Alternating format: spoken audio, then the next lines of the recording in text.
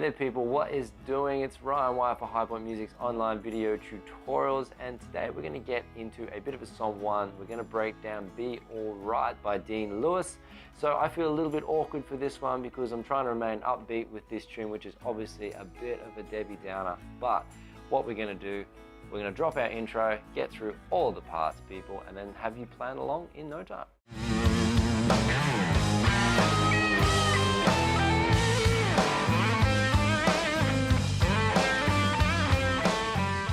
Alright, cool. So with this one, people, there's only 4 chords that we're going to need to get through it, and just how we approach those in our right hand is going to be the determining factor for each of these parts. There's 2 main parts to the guitar part and the tune, which go over the same chord progression, and then there's a really nice little melodic part in the outro, which we'll break down lastly.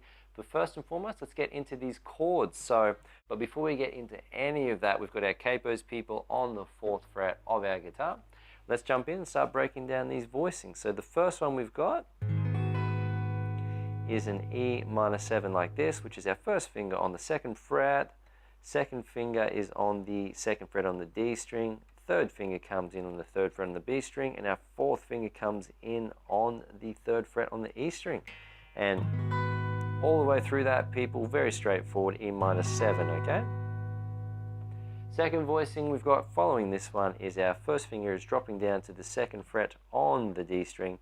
Our 2nd finger comes through up to here, and that gives us our C major 9 voicing here, which is keeping our 3rd and 4th fingers in the same position they were in for E minor 7. Switch 1st and 2nd around for C major 9. Alright, so the 3rd voicing we've got, people, we're taking our 1st and 2nd fingers and bumping them up to the A string and the E string, whilst keeping our 3rd and 4th fingers in position there. And then we've got our G major like that, and then quite simply to finish it off, we've got a D major there, 1st finger on the 2nd fret on the G string, 3rd finger on the 3rd fret on the B string, 2nd finger on the 2nd fret on the E, and we're targeting the bottom 4 strings.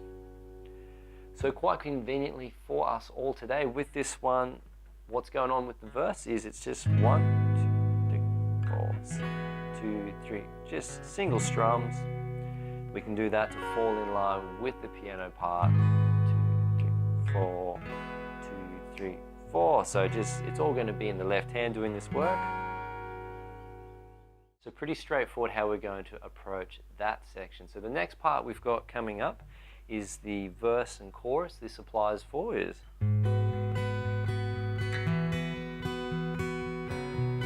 So we got the same voicings, and we're just sitting in an 8th note rhythm. 1 and 2 and 3 and 4 and 1 and 2 and 3 and 4 and 1, 3 and 4 and 1 and 2 and 3 and 4 and. So depending how you are approaching this tune with your right hand, if you're using a pick, hybrid picking, or whether you're more developed with your finger picking, you can use your 1st, 2nd, 3rd, 4th like that, or if you're just a beginner just getting started with some basic movements. So what I'm going to do is I'm going to approach this from the beginner's perspective. So we're going to use our thumb and our 1st finger in a fashion like this, where we're targeting our bass note with our thumb, and our 1st finger is just on the upstroke, targeting the upper structure of each chord.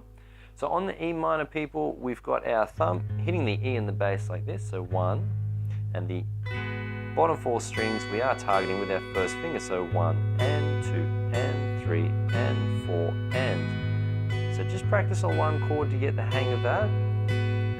And 2 and 3 and 4 and 1 and 2 and 3 and 4 and. So what we're doing for the C major 9 voicing is we're making the chord in our left hand. Our thumb is targeting the bass note in the A string, so 1 and 2 and 3 and 4 and. So this might take a little bit of getting used to if you're just getting started or a beginner.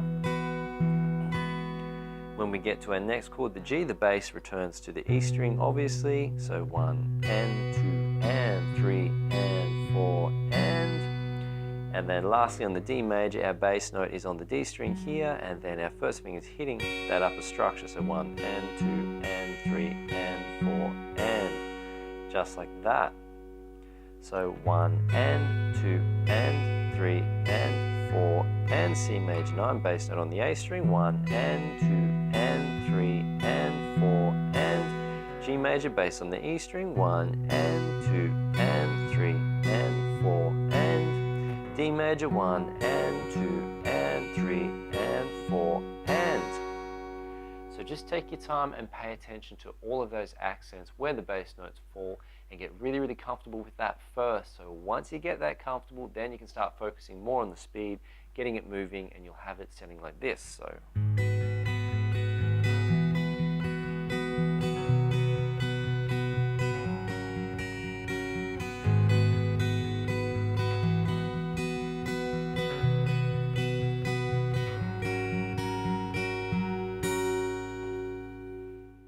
Alright people, so the third part we're going to get into with today's lesson is we're going to break down this really, really nice melodic part at the end where it's.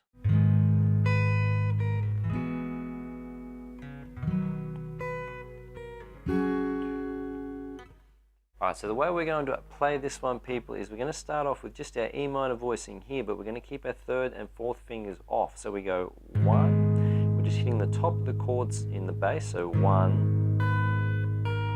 We've got our fourth finger hitting the third fret there on the E string, and our third finger is coming in to hit the second fret on the E string there. So it's 1, 2, 3, 4, like that. 1, 2, 3, 4, 2, 3, 4, 3, 4, and then we're going into a C major 9 voicing where we're just targeting those middle 4 strings there.